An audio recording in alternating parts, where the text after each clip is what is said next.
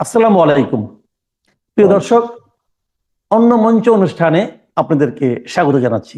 এখনকার আলোচনার বিষয় বাংলাদেশের ক্ষমতার অলিন্দে ঘটে যাওয়া এক অভাবনীয় রদবদল। প্রধানমন্ত্রী তারেক রহমান খলিলুর রহমানকে পররাষ্ট্রমন্ত্রী হিসেবে নিয়োগ দিয়েছেন। উপরতলায় এটি একটি সাধারণ প্রশাসনিক সিদ্ধান্ত, একজন টেকনোক্র্যাটকে পদটি দেয়া হয়েছে এমনটা মনে হলেও এর গভীরে লুকিয়ে আছে দিল্লি, ঢাকা এবং ওয়াশিংটনের এক ত্রিমাত্রিক ভূরাজনৈতিক সমীকরণ। আর সবচেয়ে বড় কথা, এই নিয়োগের মাধ্যমে সেনাপ্রধান জেনারেল ওয়াকারুজ্জামানকে একটি সূক্ষ্ম কিন্তু কড়া বার্তাও দেয়া হয়েছে।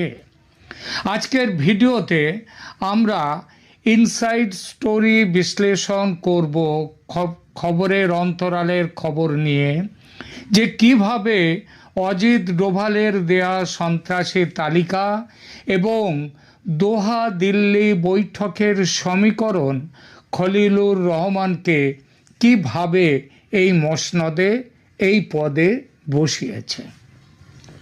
বন্ধুরা, রাজনীতিতে কোনো কিছুই কাকতালীয় নয়।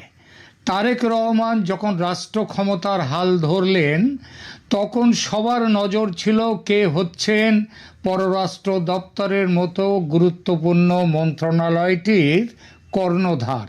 অনেক নামই ভাসছিল, আমি নিজেও একটি প্রতিবেদনে সেসব নামের কথা বলেছি আপনাদের, তার মধ্যে পররাষ্ট্র দপ্তরও ছিল।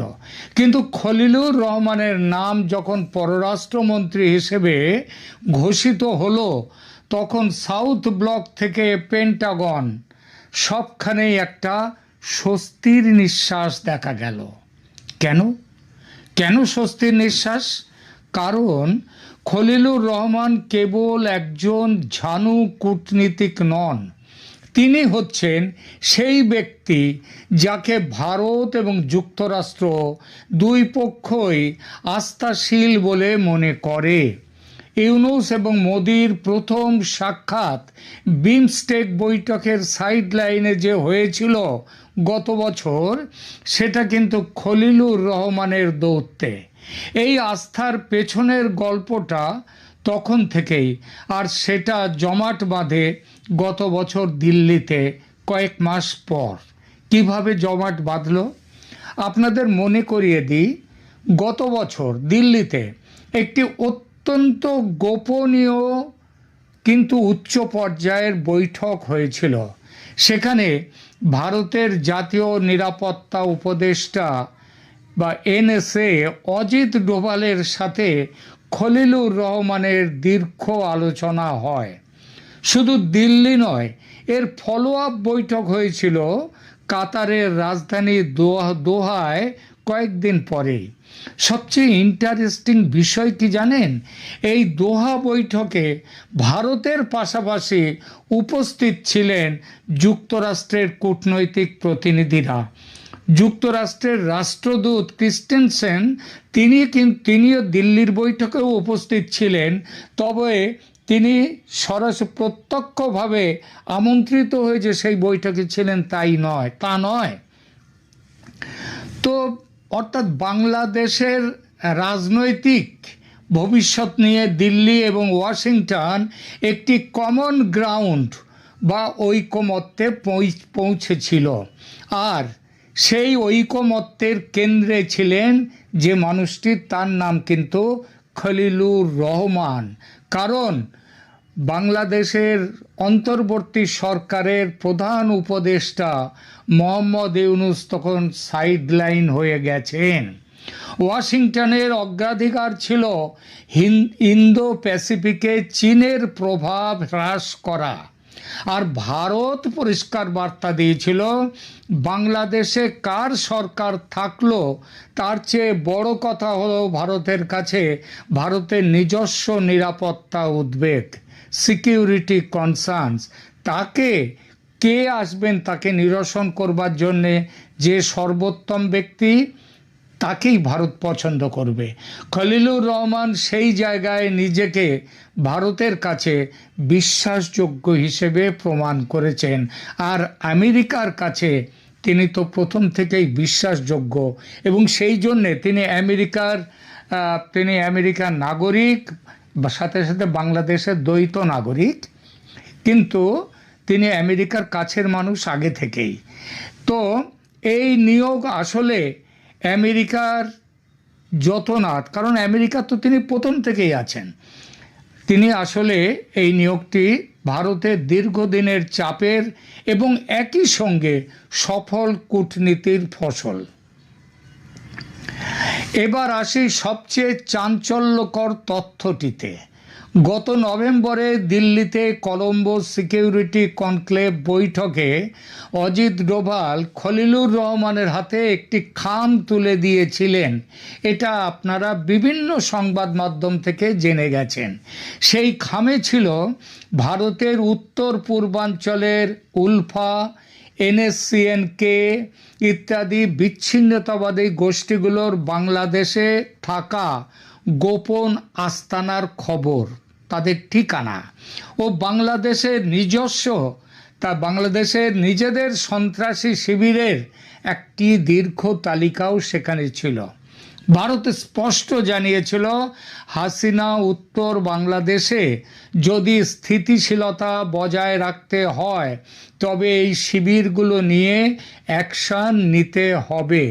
খলিলুর রহমান সেই বার্তা ঢাকায় পৌঁছে দেন এবং অত্যন্ত গোপনীয়তার সাথে কোনো বড় ধরনের সামরিক শোরগোল ছাড়াই খলিলুর রহমানের সরাসরি তত্ত্বাবধানে এবং তৎকালীন অন্তর্বর্তীকালীন সরকারের মধ্যে তেমন কোনো আলোচনা ছাড়াই পার্বত্য চট্টগ্রাম ও সীমান্তবর্তী দুর্গম এলাকায় বেশ কিছু নন স্টেট অ্যাক্টর তাদের গোপন আস্তানা গুঁড়িয়ে দেওয়া হয়, যার মধ্যে বাংলাদেশের সন্ত্রাসী গোষ্ঠীর কিছু আস্তানাও ছিল। এই অভিযানের বিশেষত্ব ছিল যে, আগেই বলেছি, এটি প্রচলিত সামরিক চ্যানেলের চেয়ে ইন্টেলিজেন্স লেড বা গোয়েন্দা নির্ভর এই অভিযান ছিল, যা খলিলুর রহমানের ব্যক্তিগত ট্র্যাক রেকর্ডকে ভারতের কাছে অত্যন্ত বিশ্বাসযোগ্য করে তুলেছে। এই যে ইন্টেলিজেন্স বেসড অপারেশন, এটি প্রথাগত সামরিক চ্যানেলের বাইরে গিয়ে পরিচালিত হয়েছিল, আর এখানেই সেনাপ্রধান জেনারেল ওয়াকারুজ্জামানের জন্য প্রথম সংকেতটি ছিল, বাবা সাবধান থেকো।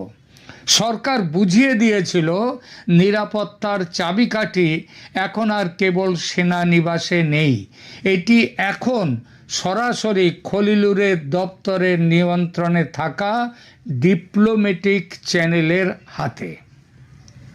খলিলুর রহমানের সবচেয়ে বড় অ্যাসাইনমেন্ট এখন একটি নতুন প্রতিরক্ষা সহযোগিতা চুক্তির খসড়া চূড়ান্ত করা। দোহাতে গত বছরের বৈঠকের পর আমেরিকা, ভারত, বাংলাদেশের মধ্যে যে ড্রাফট তৈরি হয়েছে তাতে দেখা যাচ্ছে যে বাংলাদেশ এখন থেকে আর কেবল চীনের ওপর সামরিক নির্ভরতা রাখবে না, বরং ভারত এবং পশ্চিমা দেশগুলোর থেকে সামরিক প্রযুক্তি বিনিময়ের একটি বড় অংশ এখন কিন্তু বাংলাদেশ সরকারের এবং বিশেষ করে পররাষ্ট্র মন্ত্রণালয়ের টেবিলে এসে হাজির হয়েছে। তারেক রহমান এটা জানেন এবং তার প্রাথমিক সম্মতি নিয়েই এটা হয়েছে। বাকিটা দেখবেন পররাষ্ট্রমন্ত্রী খলিলুর রহমান। এই নিয়োগের মাধ্যমে প্রধানমন্ত্রী তারেক রহমান জেনারেল ওয়াকারুজ্জামানকে একটি বার্তা দিলেন। সেই বার্তাটা কি? বার্তাটা হলো, পররাষ্ট্র ও প্রতিরক্ষা নীতির মূল সিদ্ধান্তগুলো এখন থেকে সাউথ ব্লক ও ওয়াশিংটনের সাথে সরাসরি ডিল করবেন খলিলুর রহমান এবং অবশ্যই তারেক রহমান। আগেও এটা খলিলুর করেছেন, তবে অফিসিয়ালি দায়িত্ব না নিয়ে, আর এবার করবেন তিনি অফিসিয়াল দায়িত্ব নিয়ে। বিকল্প সুরক্ষা ব্যবস্থা তৈরি হয়ে গেল এর মধ্য দিয়ে। সেনাপ্রধানের রাজনৈতিক প্রভাবকে ব্যালেন্স করার জন্য তারেক রহমান খলিলুর রহমানকে একটি ভূ রাজনৈতিক ঢাল হিসেবে ব্যবহার করছেন। এই একই কারণে মোহাম্মদ ইউনূসও কিন্তু খলিলুর রহমানকে মানে সেটা হচ্ছে সেনাপ্রধান ওয়াকারের বিরুদ্ধে ঢাল হিসেবে ব্যবহার করেছিলেন। অর্থাৎ এখন ভারতের সমর্থন যদি সরাসরি পররাষ্ট্রমন্ত্রীর মাধ্যমে সরকারের পেছনে থাকে, তবে অভ্যন্তরীণ কোনো শক্তির পক্ষেই সরকারকে চ্যালেঞ্জ জানানো কঠিন হবে। এটি সেনাপ্রধানের জন্য একটি সংকেত যে আপনার কাজ সীমানা রক্ষা করা, রাষ্ট্রের ভাগ্য নির্ধারিত হবে সেটা সামরিক বা সেনাবাহিনীর কাছে নয়, কিংবা সেনানিবাসে নয়। রাষ্ট্রের ভাগ্য নির্ধারিত হবে পররাষ্ট্র মন্ত্রণালয়ের নীতি নির্ধারণী টেবিলে। এদিকে নজর দেবেন না। এতে বোঝা যায় জেনারেল ওয়াকারুজ্জামানকে অন্ধভাবে বিশ্বাস করে যে ভুল করেছিলেন ভূতপূর্ব প্রধানমন্ত্রী শেখ হাসিনা, বর্তমান প্রধানমন্ত্রী তারেক রহমান সেই ভুল থেকে শিক্ষা নিয়েছেন।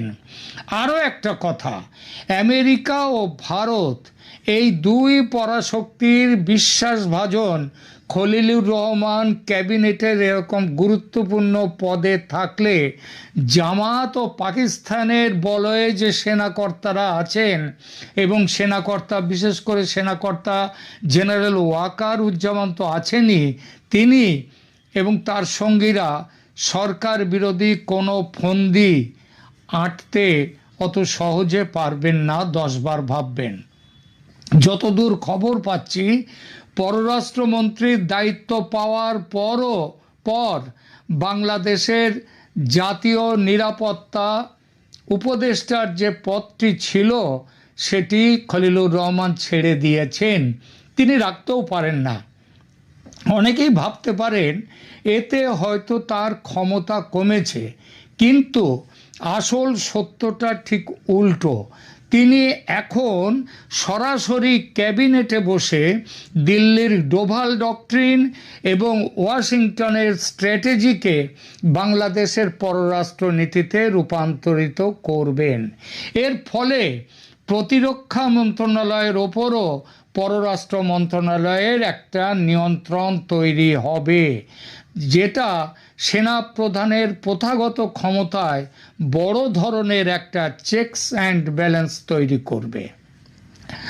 পরিশেষে বলা যায়, খলিলুর রহমানের নিয়োগ বাংলাদেশের ইতিহাসে একটি টার্নিং পয়েন্ট। এটি প্রমাণ করে যে তারেক রহমানের সরকার ভারতের সাথে একটি সম্মানজনক কিন্তু নিরাপত্তা কেন্দ্রিক সমঝোতায় পৌঁছেছে। ভারতের চাপে হোক বা ভারতের প্রয়োজনে হোক, খলিলুর রহমানকে সামনে রেখে বাংলাদেশ আসলে একটি ব্যালেন্সিং অ্যাক্ট করছে। এখন দেখার বিষয়, এই নতুন ভূ রাজনৈতিক সমীকরণ বাংলাদেশের অভ্যন্তরীণ রাজনীতিতে কতটা স্থিতিশীলতা আনে, এবং সেনাপ্রধানের সাথে এই বেসামরিক প্রশাসনের সম্পর্ক আগামী দিনে কোন দিকে মোড় নেয়। আপনাদের কি মনে হয়? নির্বাচনে জামাত জোটকে হারিয়ে বিএনপির বিপুল জয় এবং তারপর আবার খলিলুর রহমানের এই নিয়োগ, এটা কি সত্যি ভারতের পক্ষে, ভারতের জন্য একটি বড় কূটনৈতিক বিজয়? কমেন্ট করে আমাদের জানান, আর ভিডিওটি ভালো লাগলে শেয়ার করুন। অমর একুশের প্রথম প্রহর, চারিদিকে শোক আর শ্রদ্ধার আবহ। রাষ্ট্রপতি ও নবনিযুক্ত প্রধানমন্ত্রী ফুল দিয়ে শ্রদ্ধা জানালেন ঠিকই, কিন্তু আড়ালে রয়ে গেল এক বিশাল রাজনৈতিক প্রশ্নচিহ্ন। গতবার ডক্টর ইউনূস যা করেছিলেন, এবার কি তারেক রহমানও সেই একই পথে হাঁটলেন? রাষ্ট্রপতির উপস্থিতিতে কেন দেখা গেল না প্রধানমন্ত্রী তারেক রহমানকে? এটি কি কেবল প্রটোকল, নাকি রাষ্ট্রপতির বিদায়ের আগাম ঘন্টা? কেন তারেক রহমান রাষ্ট্রপতির মুখোমুখি হলেন না? আমরা এসব প্রশ্নেরই উত্তর খুঁজতে চাই এই মুহূর্তের ভিডিওতে। শুভ দিনের প্রত্যাশা রাখছি দর্শক। আজ মহান 21শে ফেব্রুয়ারি, আন্তর্জাতিক মাতৃভাষা দিবস। 1952 সালের এই দিনে বাংলার দামাল ছেলেরা বুকের রক্ত দিয়ে আমাদের ভাষার অধিকার প্রতিষ্ঠা করেছিলেন। আজ জাতি বিনম্র শ্রদ্ধায় সেই শহীদদের স্মরণ করছে, কিন্তু এই পরম শ্রদ্ধার আবহেও রাজনীতির অলিন্দে কিছু দৃশ্য আমাদের ভাবিয়ে তুলছে।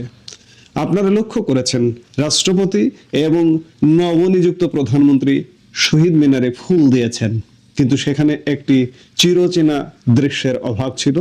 আগে আমরা যেখানে দেখতাম রাষ্ট্রপতি যখন ফুল দেন, প্রধানমন্ত্রী পাশে দাঁড়িয়ে থাকেন।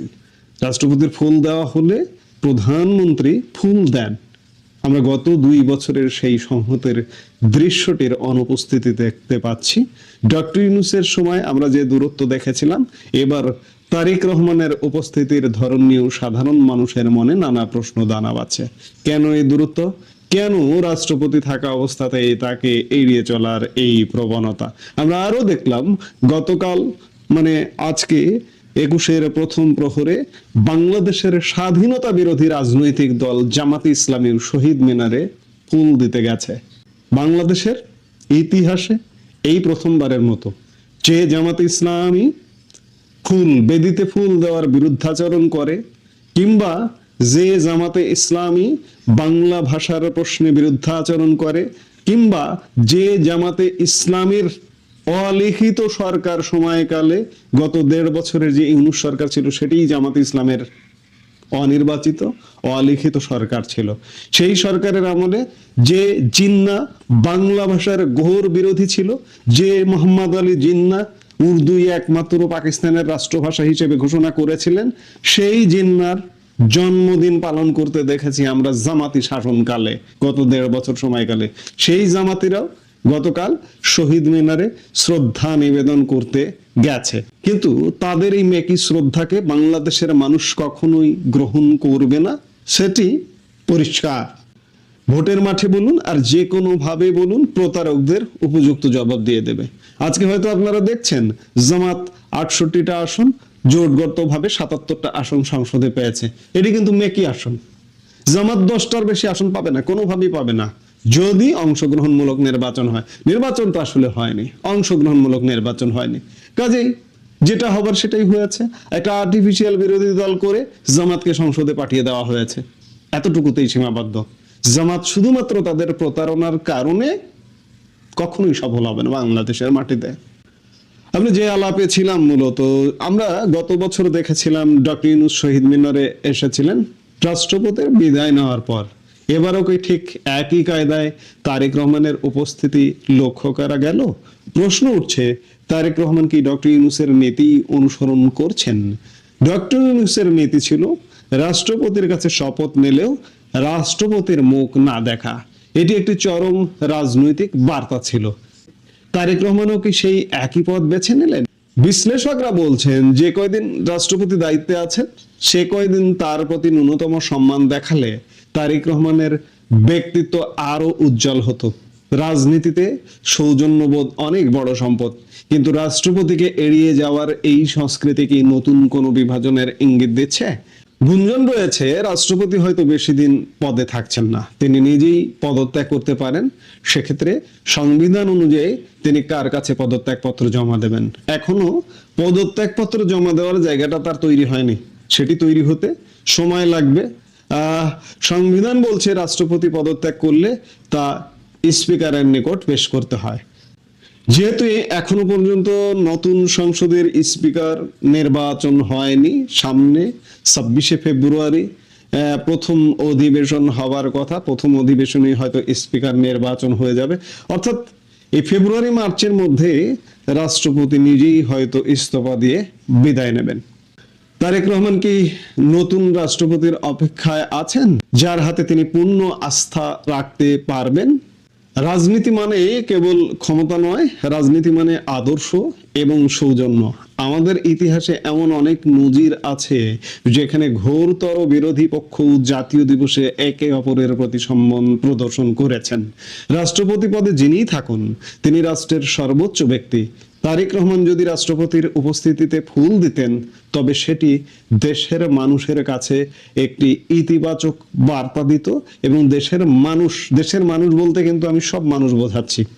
অর্ধেক মানুষকে নিয়ে নির্বাচনটা হয়েছে, বাকি অর্ধেক বাকি আছে। এই যে যদি একসাথে রাষ্ট্রপতির সাথে তারেক রহমানও শহীদ মিনারে হাজির হতেন, তাহলে এই যে বাকি অর্ধেক যে মানুষ, এই অর্ধেক মানুষের চোখেও সেই দৃশ্যটা কিন্তু সুন্দর লাগতো। কিন্তু তারেক রহমান সেটি করলেন না। এই ঘটনা থেকে প্রমাণিত হয়ে যায় যে তারেক রহমান সব মানুষের প্রধানমন্ত্রী হতে পারেননি এবং সত্যিকার অর্থে আপনি যত যাই বলুন না কেন, আদতে তিনি পারবেন না। তিনি যদি সব মানুষের প্রধানমন্ত্রী হতেন কিংবা গতকাল শহীদ বেদিতে রাষ্ট্রপতির সাথে একসাথে ফুল দিতে আসতেন, এতে তার রাজনৈতিক উচ্চতা আরো বৃদ্ধি পেত। ইউনূসের দেখানো পথে না হেঁটে তিনি যদি নিজস্ব একটি অন্তর্ভুক্তিমূলক রাজনীতির উদাহরণ তৈরি করতেন, তবে আগামীর বাংলাদেশের জন্য মঙ্গলজনক হতো। মনে রাখতে হবে, বিএনপি একতরফা নির্বাচনে নিরঙ্কুশ সংখ্যাগরিষ্ঠতা পেয়েছে। এই সংখ্যাগরিষ্ঠতা কিন্তু সংখ্যাগরিষ্ঠতা নয়। আপনি যদি আওয়ামী লীগকে অংশগ্রহণ করতে নাও দেন, আওয়ামী লীগের জনগণকে নিয়ে যদি ইনক্লুসিভ সোসাইটি নাও গড়েন, দাবায় রাখতে পারবেন না। আসবেই। এই সমাজে যেহেতু তারা আছে, তাদেরকে বাদ দিয়ে আপনি রাষ্ট্র গঠন করবেন, রাষ্ট্র পরিকল্পনা করবেন, তা কিন্তু হবে না কোনোভাবেই। আপনি যতই দাবায় রাখুন, পারবেন না দাবায় রাখতে। প্রিয় দর্শক, 21শে ফেব্রুয়ারি আমাদের একতার শিক্ষা দেয়, কিন্তু শহীদ মিনারের এই বিভক্তি আমাদের মনে শঙ্কা জাগায়। রাষ্ট্রপতির বিদায় ঘন্টা কি বেজে গেছে? বিদায় ঘন্টা যে বেজে গেছে সেটা তো আমরা বুঝতেই পারছি। তারেক রহমানের এই অবস্থান কি আগামীর নতুন কোনো ক্ষমতার বিন্যাস? আপনারা কি মনে করেন? তারেক রহমানের কি উচিত ছিল রাষ্ট্রপতির সাথে একত্রে শ্রদ্ধা নিবেদন করা, নাকি বর্তমান পরিস্থিতিতে এই দূরত্ব সঠিক? আপনার মূল্যবান মতামত কমেন্ট বক্সে জানাবেন। এই মুহূর্তে এ পর্যন্তই। সবাই ভালো থাকুন, সুস্থ থাকুন।